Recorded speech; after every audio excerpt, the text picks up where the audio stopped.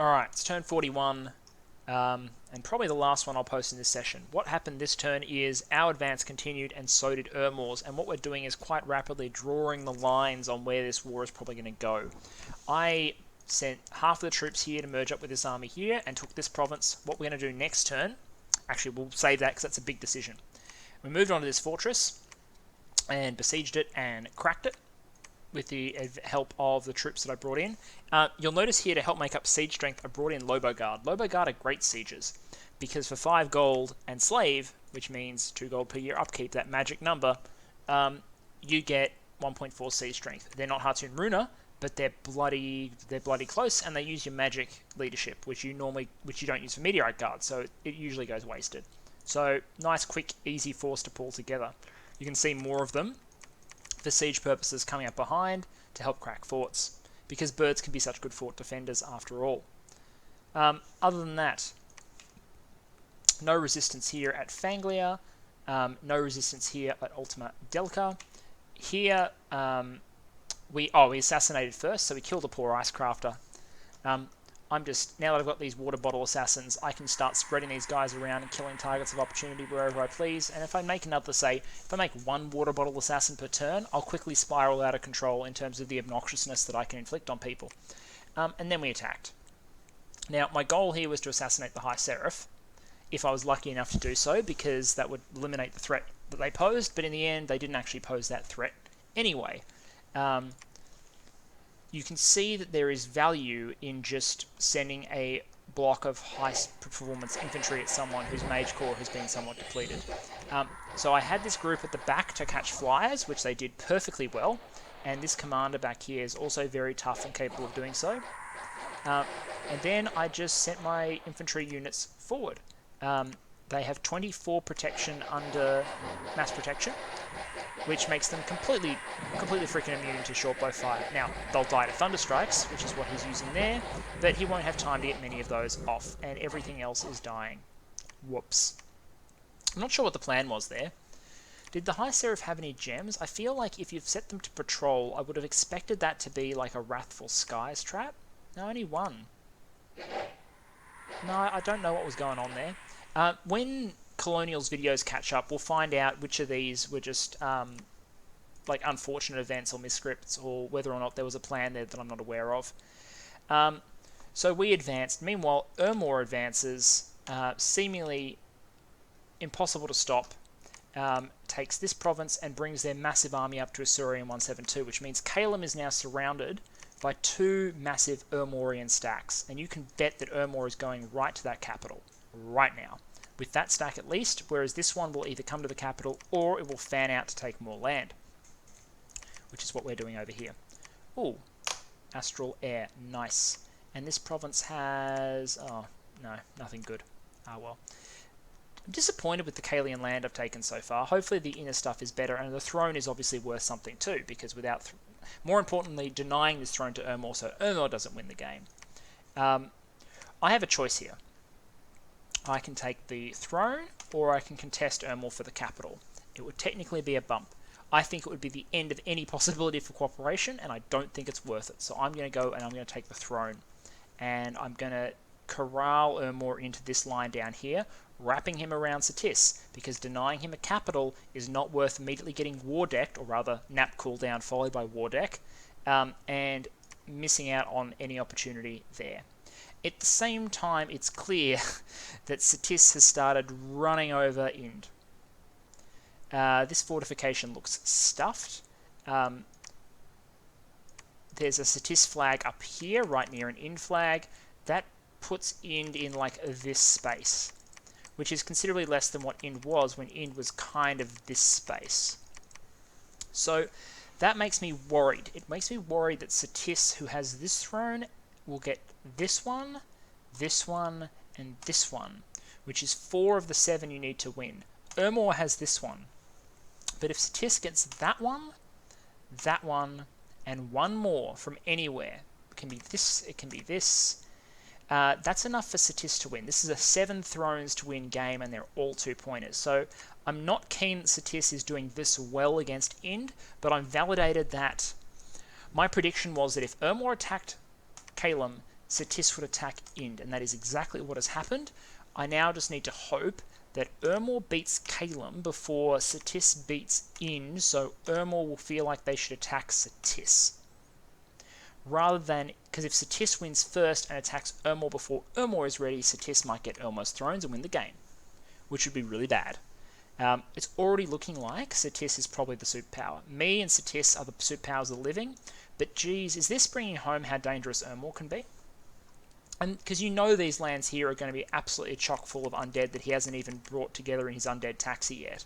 Like, these are just forces that are just spawning. He's clearly got a mage blob in his capital. Ermor's weakness may be research, but their ability to put out large squads of, including decent numbers of free spawn sacreds, is significant. Ermor is scary. I might catch some flack for saying Ermor is not the end of the world, and you can deal with Ermor if you do a timing push on your research. But Ermor is scary. Do not underestimate them, and do not take me saying, oh yeah, you can research timing push them, to rule out the fact that Ermor is incredibly scary to deal with. I just think Ermor's shortage of mages and research will be a problem for them, as well as gold, but I'm partly solving their research problem for them, so this Ermor is going to be even more dangerous than normal. That said, this fortified province and this magic access and all of this, I think it's worth it to me. I'm going to make good use of this, and I'm going to use them to put Ermor back in the grave eventually, and hopefully make it a good trade. What's my plan from here? That's an interesting question. I think I will snake as many provinces as I can. You can see that it happens to be an army of Shiniyamans on this border with Caelum here. I think they're looking for free real estate. And with this river frozen, they're entirely capable of moving here. I'll think about whether or not I want to bump Shiniyama deliberately on this province, or whether I want to preserve the peace and move around that province, leaving it to them. The reason I might want to take this province is because it directly connects to this throne. And while I don't have much mage support down here, Ermor's running rampant, and Caelum doesn't appear to have much an army. So if I can merge up and push and reserve this throne, even though it's in Nabar's cap circle, Nabar might hold it actually, I'll scout it. I'll move this scout down to figure out who owns it, if anyone, and I might want to take this province to put that throne in strike distance, because if I can get that one, I'm at 1, 2, 3... eventually 4, and that puts me in a position, if not to immediately win the game without defeating probably Ermor and Satis, or maybe both, maybe one and someone else, maybe, it puts me in a really good position. But I don't want Ermor to get the throne. I definitely do not want Satis to get the throne, which is a real possibility. Shiniyama getting the throne is not a threat, but still annoying, so I might risk snaking down there. I'll try and neutralize this fortress, maybe raid some of this, come over, take this throne, and that'll be my line pretty much established. I'm going to try and draw this as my border with Ermor. 1, 2, 3, 4, 5, 6, 7. That should be something valuable. That will also give Ermor a really nice wraparound on Satis and an incentive to attack. Was there anything else that happened this turn? Ermor claimed the Throne of Life. The irony is real. Let's have a look at the thrones. So Satis has Death, which is giving them 5 Death Gems per turn in exchange for 1 Death in their Dominion. But Satis is probably like, I can use those Death Gems. Inner Throne, which we've talked about, is giving them Order. Crystal Throne is giving them the Crystal Mages. Ermor has the Throne of Life, so Ermor is only Death 2, not Death 3, and is getting 3 Nature Gems per turn. Lol. The Throne of Fire, which is giving them big fire access, and the attack skill on their Bless. And Silver Throne is giving them the Adepts, which is giving them improved access to these paths right here, or an alternative to putting out more Dusk Elders with randoms. The reason I hate the Throne of Life, which is this one, is because it now means there's a 2 Ermor Dom spread right here, and if he forts and temples it, like you'd expect with a throne, that'll mean there's a triple Ermor Dom spread right here, right near all this lovely Caelian land that I am taking, and I would like to remain very productive, because while there are no gems here, you can see these are generally high population, high gold value provinces, and my income is jumping significantly. This is the Caelian invasion here, as opposed to my gem income, which is not improving as quickly. I mean, the initial attack was clearly valuable. Mother Oak, initial attack, and then subsequent. So yeah, We're going to square off what Caelum we can, try and avoid any particularly scary fights. We've got the magic support we need for the big stuff. I'll filter my assassins out here in case he runs back here. Try and snake this throne off from Shiniyama, but I am suspicious of the goblins. They're confident after having won wars and got their global up, so we have to worry about that. We'll keep pushing on Operation Magical Diversity. We've got our first Blood Hunter with a Sanguine Dowsing Rod over here, so she can just get a trickle of Blood Slaves, which we can use to produce items later on. Doesn't need to be a huge blood economy, just a small one might be a useful value add, no reason not to do it. And that will be that. I think we're doing well. The key is that we got the water secured. We've got the water secured, we've got a nice little foothold on land, and diplomatically we're keeping the two major challenges to our power busy, and hopefully eventually we can match them against each other and keep them off our hair. By allowing us to hold all the water, it becomes painful even for Ermor to come underwater because they can't bring a lot of their stuff with them that they might want to bring, in particular the ghouls to soak up mind blasts. They can't bring their independent mages without making items. It's just harder for Ermor to come underwater than it is if they're already established and dug in. So I'm less worried about that now. And with this secure underwater zone, I can research, I can scale up, and work towards my doomsday plans. So, hope you all look forward to seeing what I do with that research. In the meantime, I'm going to sneak out the rest of Caelum, and I'll see you in turn 42. Hopefully, up a throne. Okay, 42, let's go. Eventless, then the war. Ermor's buying more items. We have empowered this guy, our A2 random, in air. So what's going to happen this turn is he's going to get this, our ring, and he is going to forge himself a hat. This hat will enable him to go up to Air 5, and next turn we're going to start our Elemental Royalty. Once I'm on a bit of a roll here with the Elemental Royalty, I'll talk about why I consider them a decent, serviceable late-game option as long as there's more to the plan than just having them. In my case, they're just on my way to Conjuration 9, which I'm beelining now. I've decided I don't need Will of the Fates to win my war against Caelum. The war, just Ermor is doing so well. Ermor is destroying so much of Caelum that I don't actually need much assistance at this point. It'll be the next war that I need assistance in. So I'm beelining Conjuration, which means next turn we'll unlock Conjuration 8 and can get the Air Queen out. There'll be a lot of competition for this ring, so I just want to make sure it's doing something useful every turn. Moving mages around, assassinating on the throne, which we've been doing for a while. Okay, here, this is weird. So, this province I took... I had this province, it had my flag on it, and yet this turn Shiniyama has advanced over the river, and GC's armies of Dai Bakemono archers and Bakemono Sho have advanced into the province, run over the minimal PD we left behind, and remember, I have an active nap with Shiniyama.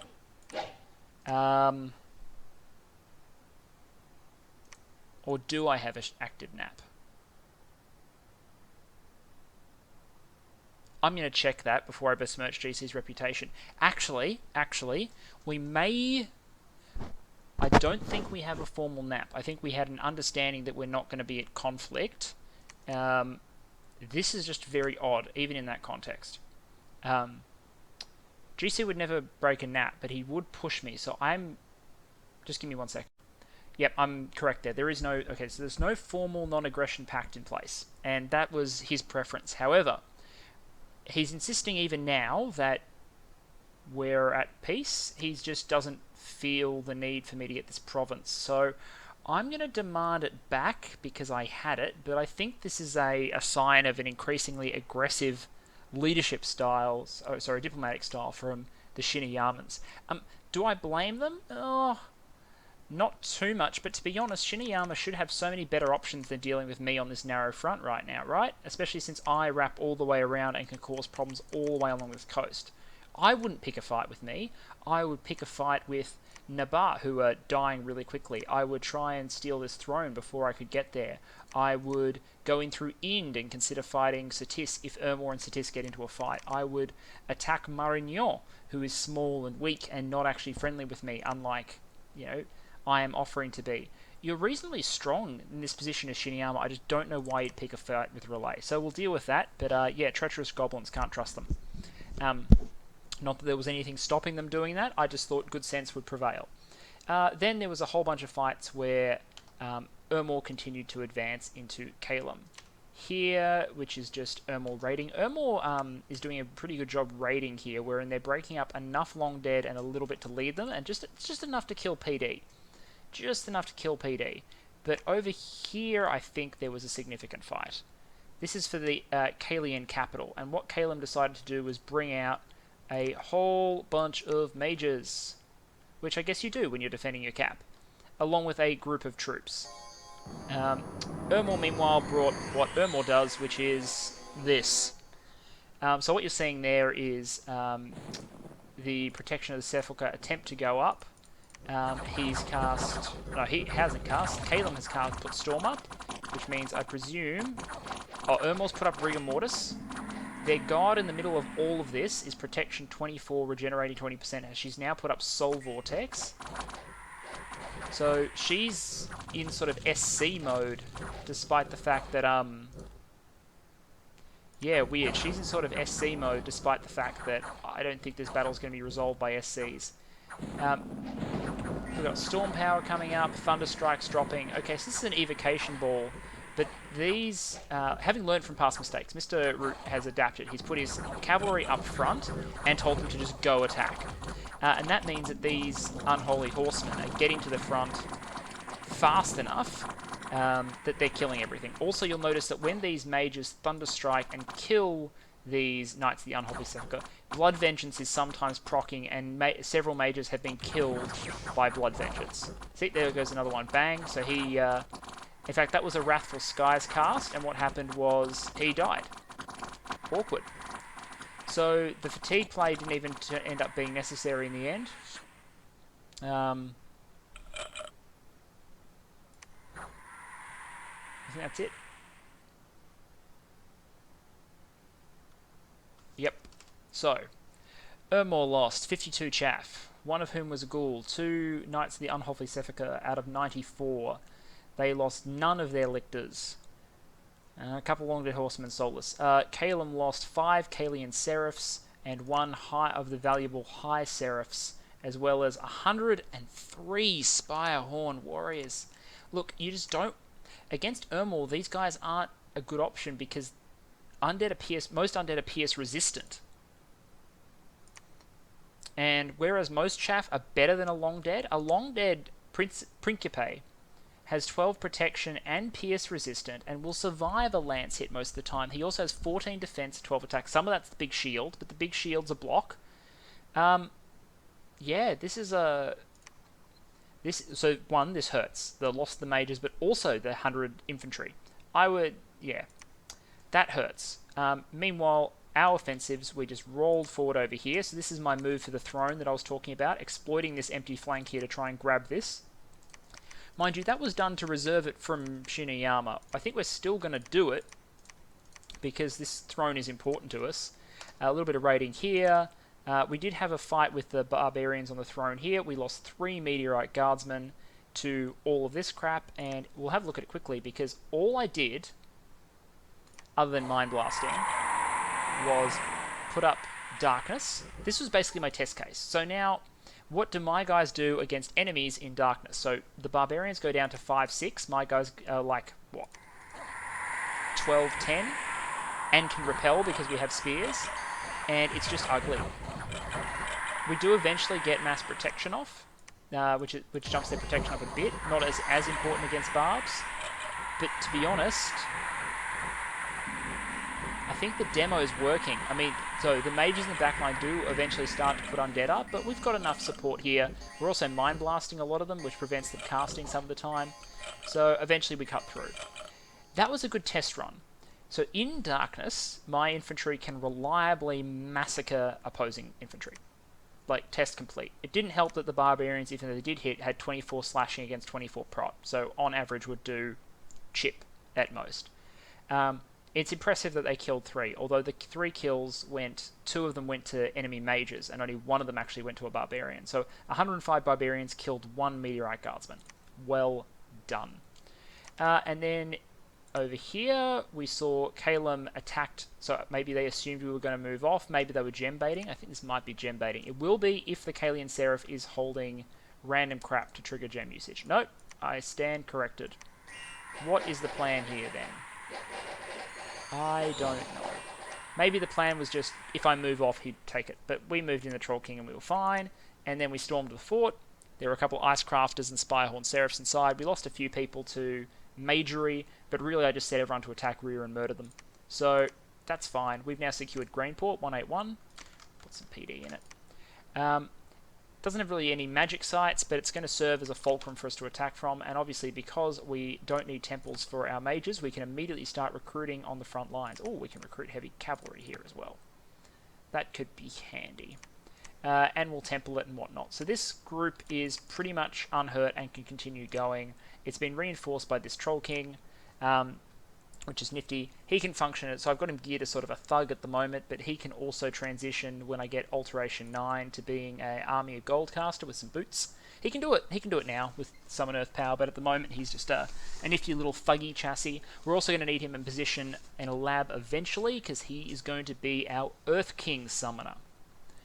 Him with the boots and the ring can get us a King of Elemental Earth. You'll learn a lot about me by the order in which I summon the Elemental Royalty, however, in terms of how I value them. Was there anything else to note this turn? Caelum did attempt to raid some land back, but that was the battle outside the fort, which I showed you already. Barbarian Horde attacked Ganumia. We didn't get a warning of this, unfortunately, and we lost a Starspawn who was site searching, which is very unfortunate. And we've got more successful summonings in our capital. So, not a huge amount to note this turn other than this. Two things.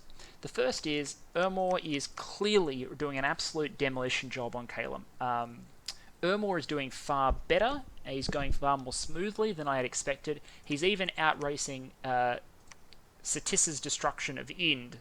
Satis was much more powerful than Ind going into this. Ind had a bad start, weak geography, and I knew this would sort of happen, but I'm surprised by how quickly Ermor has just bull rushed, just taken legions of the undead, and there's more. You can bet there's thousands more undead in this cluster here, and probably more around the capital here. So this is only a fraction of his accumulated strength, and he's just blitzed through Caelum. So I'm going to have to secure this province, this province, this province, this province, and draw my line, and then try and, my hope then is to spark something between Ermor and Satis, hopefully pointing Ermor at the fact that Satis is still fighting Ind. The reality, of course, is that Satis also needs to fight Ermor, so getting Ermor to attack Satis also gets the Satis to do the thing that they have to do in order to win the game, which I'm a little nervous about, but it's better than me fighting Ermor, because me fighting Ermor solo, when then Satis coming in at their leisure, or more likely going nom nom nom nom nom nom nom nom nom nom without anyone to stop them, basically means Satis wins the game. So we need to avoid that. So if I draw my demarcation line, that's fine. My plan has, however, been complicated by this. And it's possible there'll be more pushing from Shiniyama. And if GC pushes me, then all of a sudden my plans have to change. Because I can't move into Ermor. So if the plan is Ermor attacks Satis, then I attack Ermor. And I clean up this throne, and I will already hold 1, 2, 3, 4. That gets me 5, 6. I only need one more. So that can be 7, that can be 7, that can be 7. Like anything near the coast, right? But if Shiniyama is at my back, then as soon as I deploy into Ermor, what can happen is Shiniyama can counterattack Bang. They can sweep my coast and probably get Bang as well. Which, cancels my win, and also means that if my armies are here, I'm in danger of being encircled, I'm in danger of being cut off, my economy can be accessed and wrecked, and Shiniyama doesn't have a small amount of territory here either.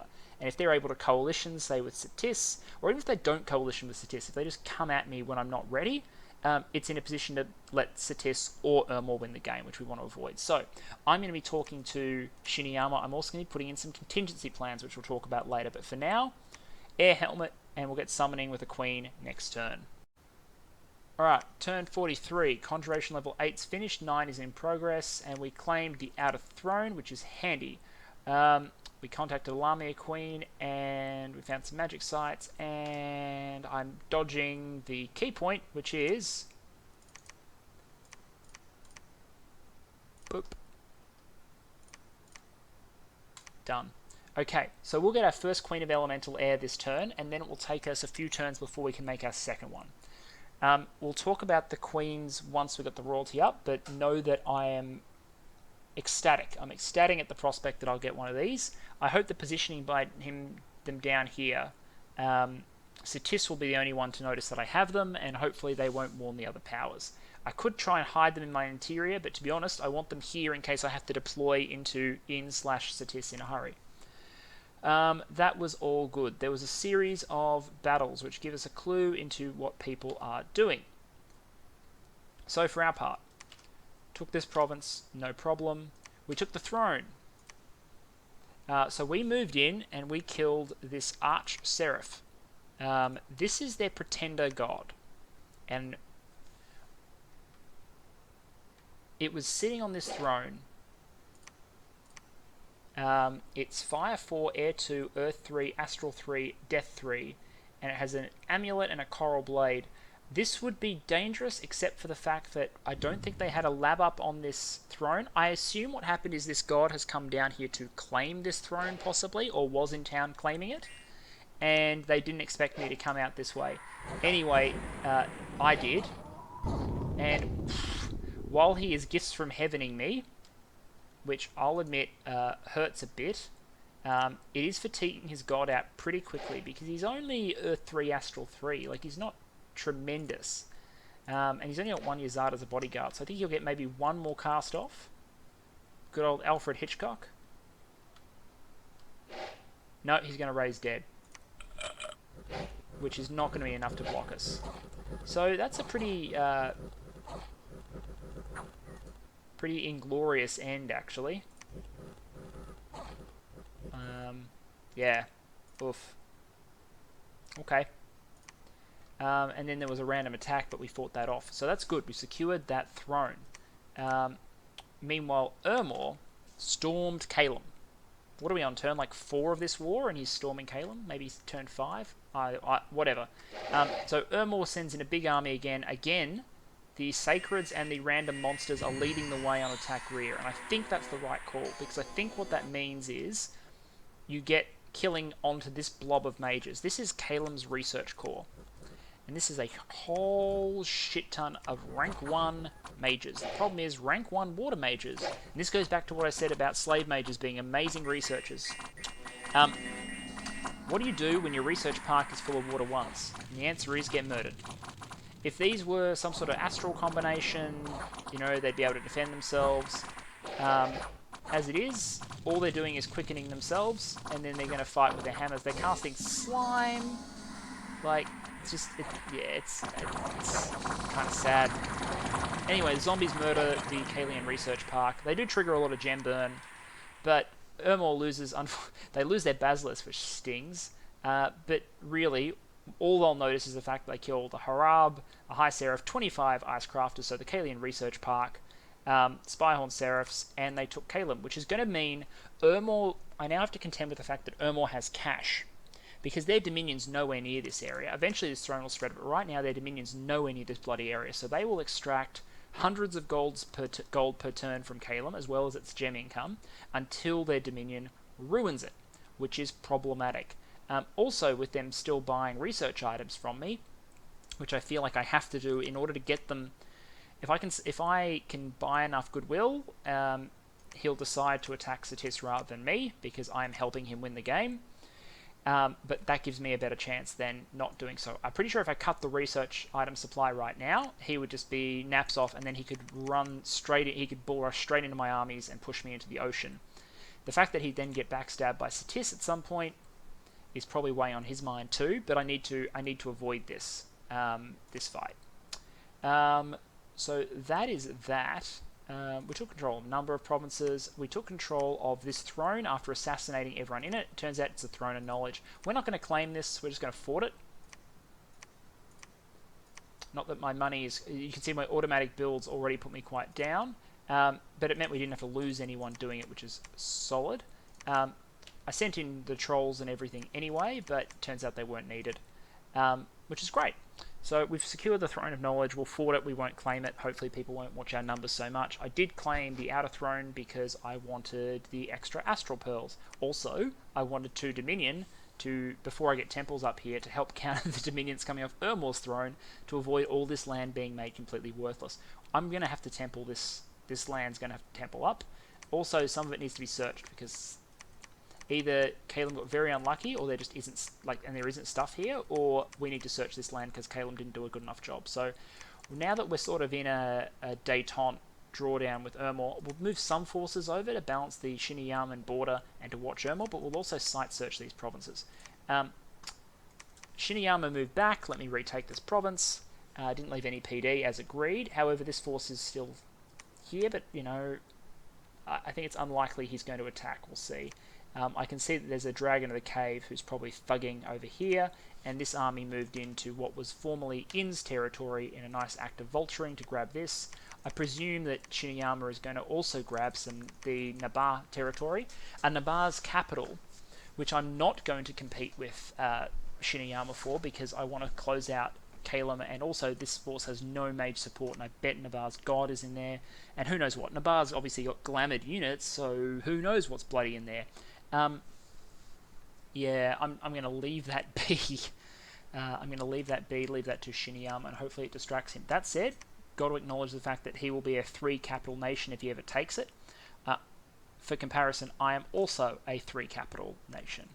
Ermor is now a 2 cap nation, but one of Ermor's capitals is actually giving them gold, and that's a problem.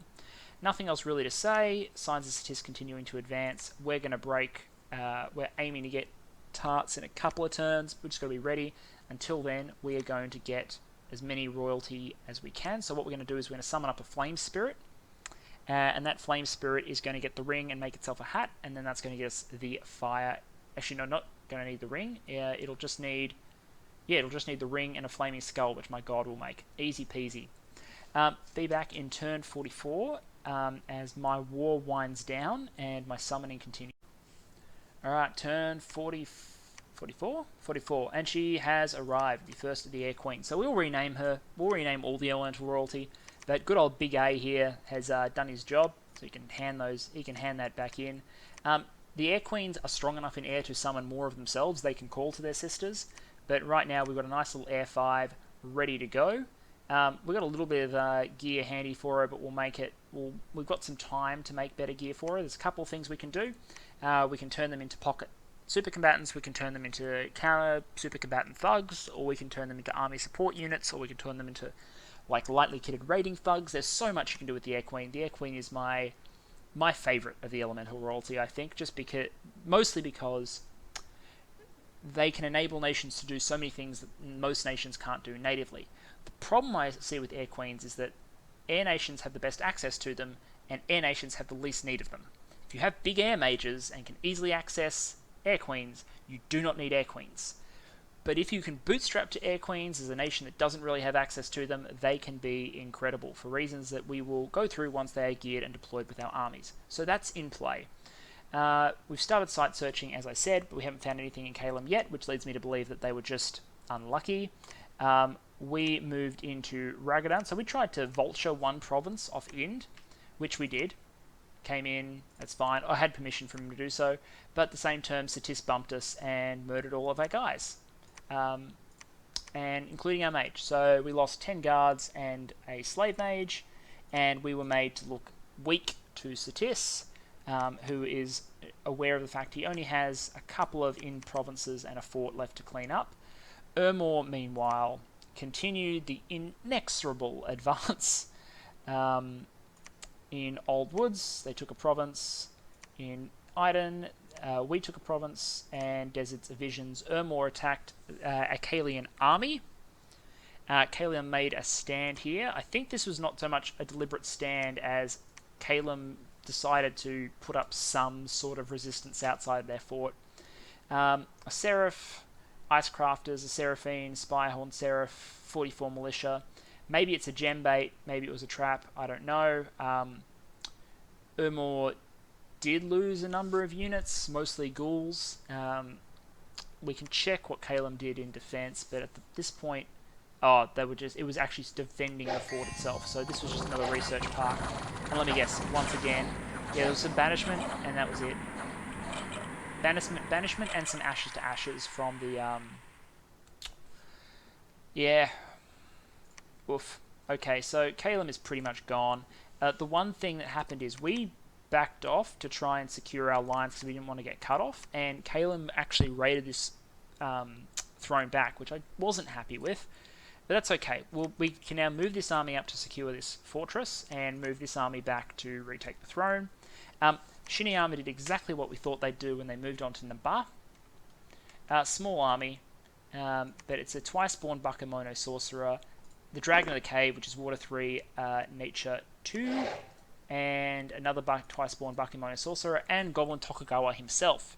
Fire 4, Death 6, but immortal notably, and kitted with Sword of Swiftness, main Gosha parrying, so 23 defense with fear, with some extra protection for himself, although he can also he can cast Invulnerability, and he can fly, and he's the one who's maintaining the global enchantment, so he casts Eternal Pyre.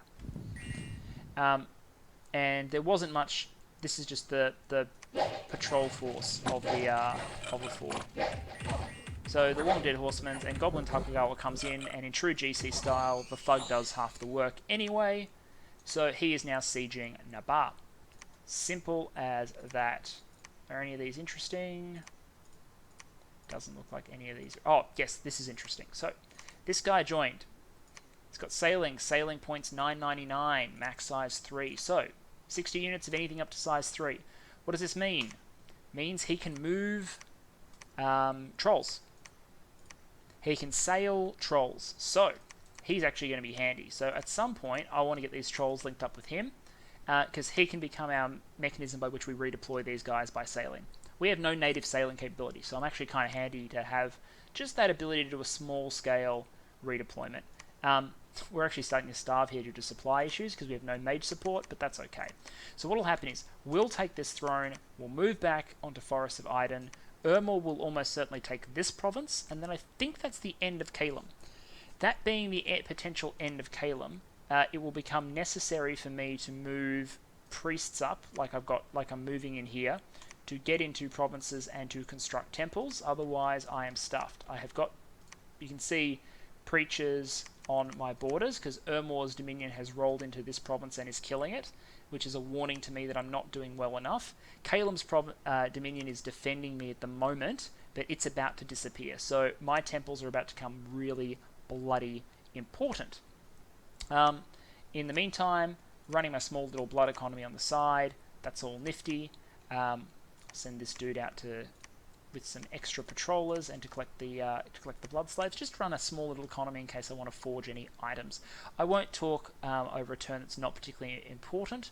We're going to go to turn 45 next, and you'll see if this all plays out as I expect. But at the moment, the only thing that's really catching me off guard is how fast Ermor is achieving its goals. And to an extent, GC is still a wild card. There's Tengus. Let's keep an eye on those. Okay, turn 45. We made a quick detour to Enchantment 4. That is because Enchantment 4 gives... what did I want? Cloud Trapeze. To be able to move those guys around. Also anti-magic, but mostly I'm in this for Cloud Trapeze. I just need that to move some stuff around at the moment. So it's a nice little utility pick. Grab that. We're going to go Conjuration 9 very, very shortly. We made a Flame Spirit this turn using a Skull of Fire and the Ring of Wizardry to get a Fire 1 to Fire 3. What can happen now is this can happen. And that's my Fire Gems gone. So everything else had been used to make lanterns. I'm not taking any more orders from Ermor. I think I've done more than enough to keep him on side, but I'm casting this King of Elemental Fire, and I'm casting it here. I teleported this mage here to be able to summon it in this location. Why?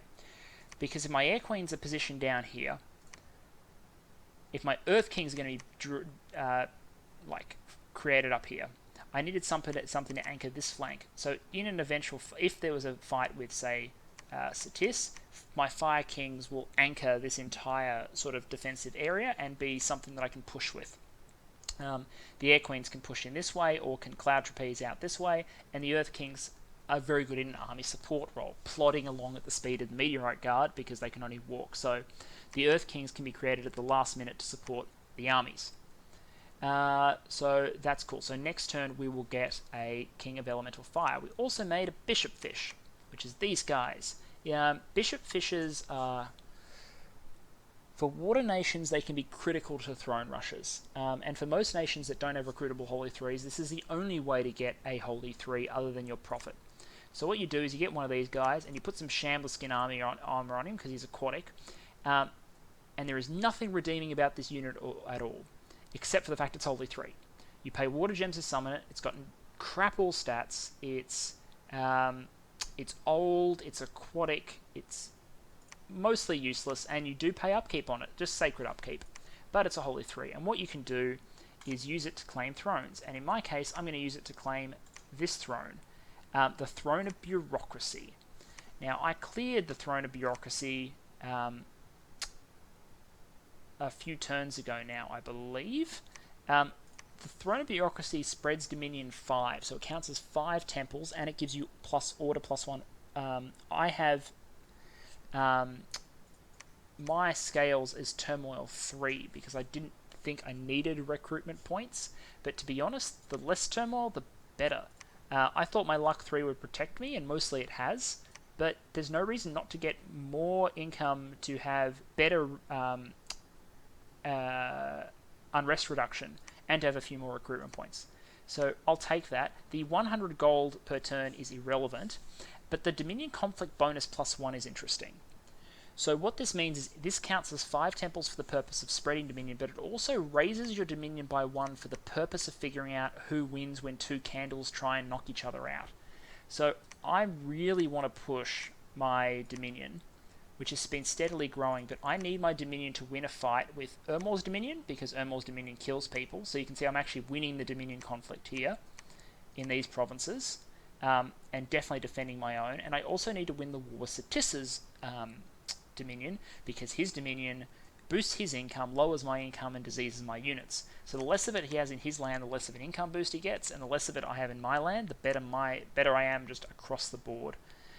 So yeah, got a Bishop Fish to claim that throne. Eventually I'll need more Bishop Fishes to claim my other thrones, because my Prophet is not mobile. He is a Illithid who cannot wear shoes, and isn't magical, so he can't teleport, he can't cloud trapeze, he can't wear flying shoes, he can't wear anything to make him move faster, and my god is busy and will continue to be busy because he is my Tartarian summoner. Ermor just continued to demolish Caelum. Caelum is raiding to the end, vindictively. But the real highlight of this turn is that we took control of the Fort Province, the Throne Province. Caelum didn't even leave PD there. But then Shinayama showed up. And Shinayama showed up with basically a hit squad. With their god, with the Dragon of the Cave, and a very small bodyguard, against our army of just ordinary Meteorite Guardsmen. Because remember, we had no mage support. And what Goblin Tokugawa does is he casts Invulnerability, so his Protection v Mundane 31. Doesn't matter against Meteorite Guard, because they have magic weapons, so a bit wasted against us. He probably could optimize that. He does cast Fire Shield. Soul Vortex. The Soul Vortex is going to be the real killer here. And then he jumps to the back. And he lands amongst all these militia. And the key here is that these slave trooper militia that I had here, as these were siege chaff, these were rapidly assembled. Normally they're just here to catch birds. But this time they didn't catch birds, they catched Quarter Pretender God. And the problem is, unlike Meteorite Guard, they don't have magic weapons and they don't hit hard. So they surround Goblin Tokugawa. Meanwhile, his Soul Vortex, you can see, is doing very large amounts of damage and also keeping him fully healed. And the Slave Troopers break and run off the field. Now, for the purpose of HP routes, you can see that this is a lot of HP that's going to disappear. Meanwhile, the Meteorite Guards have decided they're going to come back. While their dragon has just made a water elemental, and who knows what it's going to do next. So now the Meteorite Guards are in, and they've got a better chance. But this guy is still, even with the harassment penalty, which is 7 at the moment, still defense skill 16, which is far better than the attack skill of 12 he's facing. So he's not going to get hit by most attacks. And the Soul Vortex will heal him because these guys have magic resistance 12. It's good, but it's not infinite. So we do surround him. And eventually we kill him. And then we kill the water elemental. And then we start advancing. And you're like, wow, I've won. I've killed GC's god. This is incredible. This is amazing. Wait, did you see that? That was a commander route. And with nothing left on the field, but Zenyo Ryu, the Dragon of the Caves, with his god slain, with Meteorite Guards having proven that they can deal even with a thugged out Pretender God, we run. Oof. Just oof. Even worse, we lost both of the commanders and the units they took with them. And then 110 dispersed on their own, and 59 made it back to friendly territory.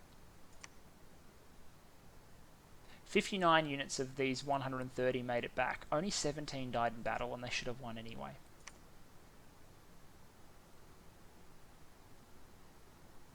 And of course he's held down the thing of Nabar, and he's basically, so I've had a talk with GC, and his statement is that the national security of Shiniyama requires this throne. And that's that. So I'm not happy, as you can probably expect. It's not that this loss is catastrophic. None of this is really relevant. I'm looking for something to talk about that's a bright side. There is one thing that I can talk about that's a bright side, but for the most part I'm pissed. I'm pissed at this, I'm pissed at the way the battle went, and I'm pissed that GC did it. I understand the desire to deny me a throne, but it's a bloody cheeky move with Ermor right here. I'm like, we've got the zombie apocalypse here, you're cleaning up Nabar, you have a weak southern neighbour. If you want to get in this game, the thing you do is not poke me over this throne when I'm nowhere near a throne win. To get a throne win, I need this throne, I need all of Ermor's thrones and some of Satissa's, which I'm nowhere near doing. And I don't think I could beat either of them in a stand-up fight right now. That's what I'm ramping up my magic for. That's what I'm getting the elemental royalty and these summons to do, so that I can beat these people in a one-on-one.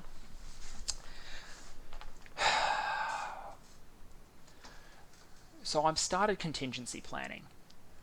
And what I may do is, if I see an opportunity, if I can get Ermor to fight Satis, instead of intervening, I may just let that fight play for a while, let them destroy each other a bit,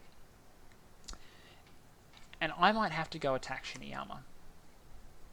Because if I don't, he might attack me while my back's turned, or he may come and attack my friend Marignon. Neither of which is particularly serviceable. So I might have to work with Marignon and attack Shiniyama and take him off the board.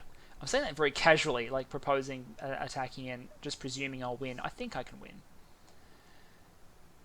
I mean, it's GC, he knows what he's doing. I just have the resource advantage. I have the territory and gem advantage, and probably the tech advantage too, by a decent margin.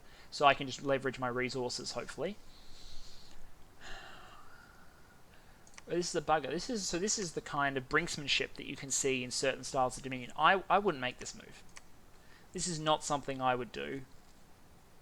It wasn't technically an attack because Caelum had taken this province back, but he knew I was coming for it. He knew my armies were there, so he knew it. But he knew I would bump, and the army he sent was designed to win, and win it did. Anyway, Satis is standing on Ind, what I believe is Ind's final fort, so Ind is not long for this world. So Ermor should finish, considering this fortress is probably breached, and I know this one is breached and I'll assault at this turn. Caelum should probably end about the same time that Satis does. What I'll do to deal with these raiders is I might disseminate, give some assassins water bottles and spread them out in provinces that they might go to. This raiding force is led by one noble, so if it goes into a province and there's an assassin already there, I can then assassinate the commander, and the force is then vulnerable to dying. So I can just seed all these provinces with assassins, he'll move to one of them, I can assassinate, clean him up. I'm not going to be sending new forces into Caelum. I'm instead now going to be deploying forces, so they might have to be against Shinayama. So I'll keep recruiting here. I'll move this army over to have a second group of forces ready to go, and I'll try and redeploy these guys as soon as they're done. They're a little tired, they're a little worn out, but they're mostly victorious. But I do want to see Ermor's forces move off my border. You know, I want to see these guys move away before I move my force off, just as a show of strength. And you can see I've claimed the throne and got a temple up. I'm building my palisade, just to get these candles up desperately for once the Caelian candles go down. Build temples everywhere. One bit of good news. Summoning skill 7 is now summoning skill 9, so I'll rename that guy because he's had a string of successful summoning. So I'm really hopeful that we'll get something good soon. Meanwhile, we'll get some more elemental royalty up, and next turn, hopefully, we'll have more to. All right, it's turn 46, and you can see here we've done a trinity this turn. Zerod cast King of Elemental Fire. We cast Queen of Elemental Water and Queen of Elemental Air. So the Queen of Elemental Water is in our capital. She's here in case we want to do enchantments that are water, high-level summons that are water, and also to deny anyone else the ability to get this. So it occurred to me that one thing that could happen is if anyone broke into the water. One of the reasons I wanted to deny people water is so they couldn't do this summon, if there are ways they could figure out to do it. Elemental water queens are hard even for water nations to deal with underwater. So the fewer of them that are in the summoning pool, the better, as far as I'm concerned. They're not too expensive, and I wanted to have the Trinity up, and I think she's just going to be generally useful. This Queen of Elemental Water can summon little water elemental friends, or she can research. What makes Queens of the Deep... Let's talk a little about the elemental royalty now that we've got a trinity of them up. We'll save the Earth King for another time. I am considering doing a video on these, so let's be very, very quick. What makes the Queens of Water scary? Queens of Water are size 6s, so they cannot be trampled even by underwater tramplers. They are slash, blunt, and pierce resistant. They are cold and poison resistant, and you do see some cold magic underwater. They recuperate. They have spirit sight, so they're fine in deep oceans. And they have underwater regeneration 90%. When she is underwater, she doesn't regenerate 7 HP. She regenerates 63 HP, or something of that order. It's nuts. I'm not sure if the rounding happens on the low number, or, like, does it happen on... No, it wouldn't happen on the 10%, it would happen on the entire amount, which is fine. So it would be 6.5 times 9. So she's just short of 60 HP regen. So if you, even though she's got no natural protection, if you put armor on her, her resistances plus some protection with 90% regen means she is the Queen of Water. And with Water 5, she can summon Water Power to go to Water 6 when she's in water, and she can do whatever you want. She'll never fatigue out underwater. She'll cast the biggest water spells alive. She's got decent magic resistance. She's got morale 30, so she won't rout. She's got a little bit of leadership to lead her own units around. She's freaking dangerous. Some of them, one water queen can leave the sea if you equip her with items. Bathmusa, I'm not sure if she can if you gear her. We'll try it. I might want to put her on water eventually in order to cast high-level water evocations. In particular, she'd be a nice murdering winter caster. But we had a lot of water gems, and I wanted her out. The King of Elemental Fire is to my mind less useful than the Queen of Elemental Air, but probably more useful than water for me, but in his own domain nowhere near as dominant as the Water Queen is underwater. There are 2 that you can summon with fire, and then there's a corrupted one, which you need different paths to do. Ruax is a Fire 5, Earth 1, and I think he's the better of the Earth Kings. He's better for two reasons. One, he has this one Earth path, and that one Earth path means that he can do things like cast Iron Skin. So he can go Iron Skin, Phoenix Pyre, and he's a decent super combatant even at that point.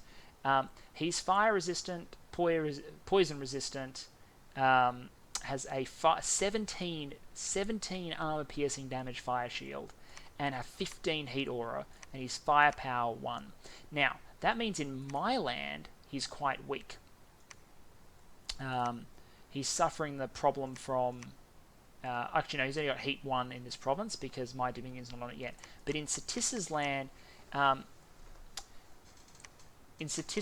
Satissa's dominion is dominant, he should be getting that boost. So if I was fighting at home, he'd be a problem, but in their land, he's fine. He's got no native regeneration, but he's got a lot of things that keep him alive. He's got lots of hit points. He has an AoE 1 armor piercing 24 damage attack.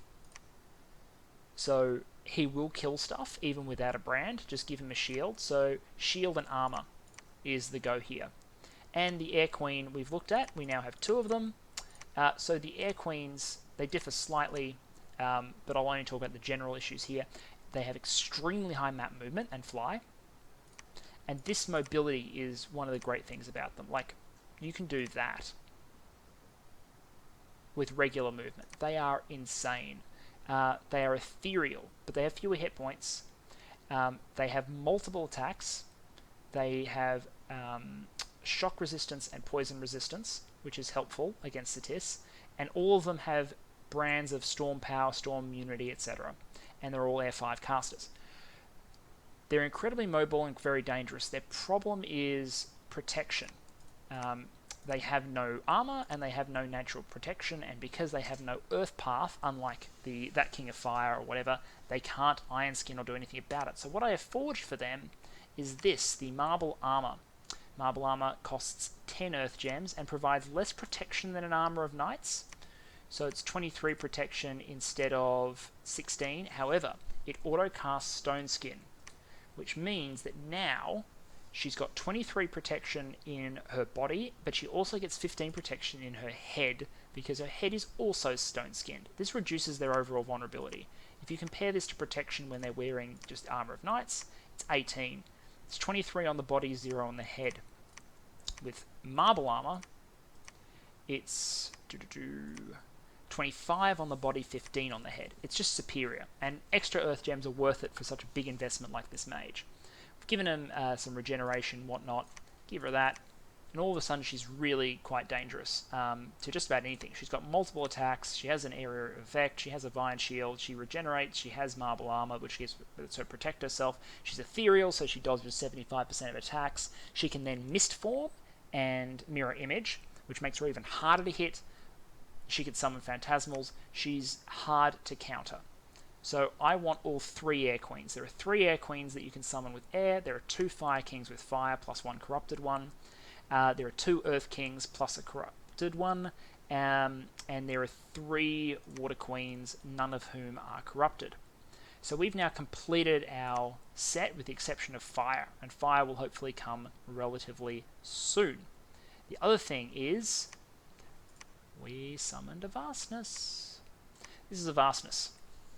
A Vastness has 74 hit points, has shock, cold. It's the mini version of the Utter Vast God. This is the unit version of the Utter Vast. So, Sacred, Shock Resist, Cold Resist, Poison Resist, Ethereal, Damage Reversal 14 versus Magic Resistance, Recuperation, Innate Spellcaster, Spirit Sight, Teleport, Blink, Storm Immune, Unsurroundable, 99 Affliction Resistance, 2 melee Steel Strength attacks, and 4 Mind Blasts. This thing is a freaking beast. It's a beast. And you would normally think, not particularly useful. But there are 2 things you can do with it. The first is, it has a hidden Astral 3. So you can make it a commander, and it can zip around with 3 astral paths, and you basically got yourself a very mini version of the god. The other thing it can do is if you happen to be relay and be lucky enough to have that my floating jellyfish around. So these flying jellyfish, the visitors, that also have teleport and blink.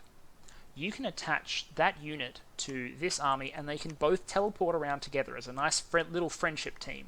And as a friendship team, those guys are entirely capable of raiding provinces. They're also capable of casting nice big magic, because the jellyfish can carry gems and cast magic while the Mind Blaster protects him, standing in front of him, mind blasting people and attracting their attention. The vastness can be fluffed by the flying jellyfish if necessary. They're a nifty little team, so I'm really happy I picked him up, which is kind of cool. So, yeah, I'm happy with that. The standoff over the throne continues, and in fact, GC's double down. He won't be withdrawing this time. He'll be occupying this throne. He's brought in way more troops. There's up to 120 troops in this province now. There's 300 on the cap of Nabar. So Shiniyama is throwing their weight around. They're keeping some units in reserve in here, I know, because the Tengu have disappeared and a few other things, and they've got sorcerers and whatnot, but they're moving troops here as quickly as possible.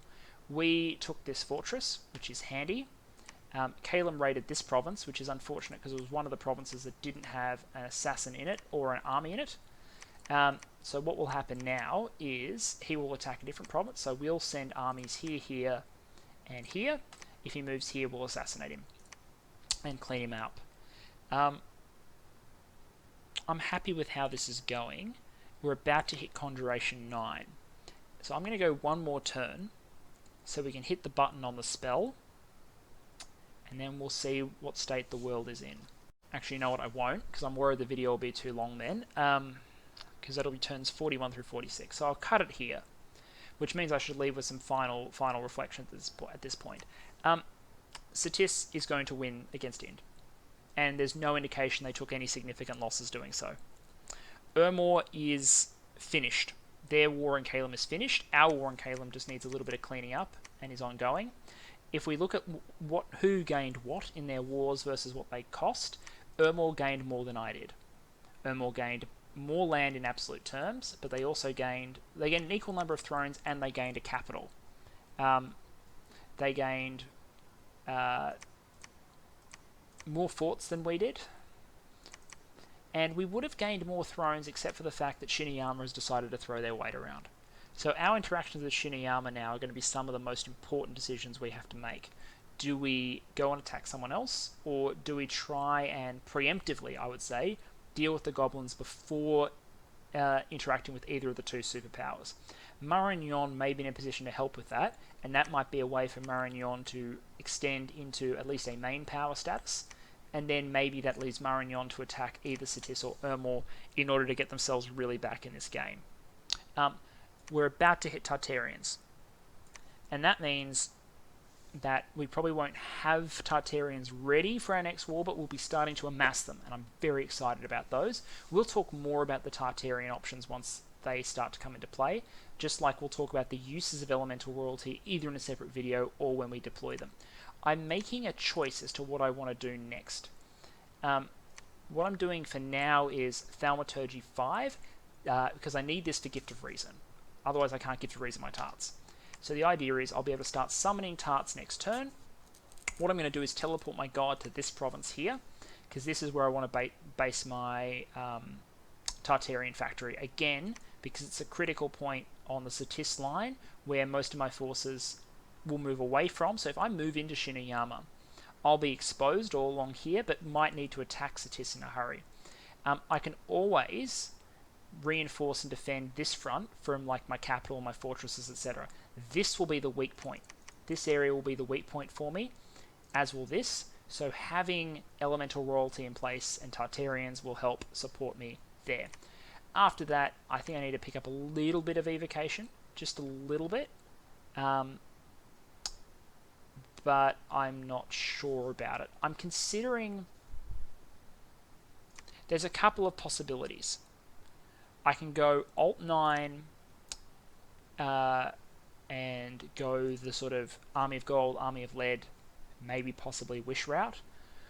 Or I can go Enchantment is another one I'm considering. I can roll Enchantment, and the reason I would roll Enchantment is to net Serpent's Blessing for a potential war against Satis. Otherwise, if you don't have Serpent's Blessing when you fight Satis, you lose. It's basically how it works, because he poisons you and you die. That would get me Serpent's Blessing and Mass Regeneration. I've already talked about how those are on my long-term agenda. Also gets me Mass Flight, which is really nifty, particularly for Fort Storming. This is a spell that takes forts. Gifted Health is there if I want a quicker way to heal my tarts, but I'm also considering going all the way to 9. And if you thought I was greedy with my Bless, well, you can see why Enchantment 9 would be pretty greedy now, wouldn't it? So with that in mind, it's been turn 46. See you next time.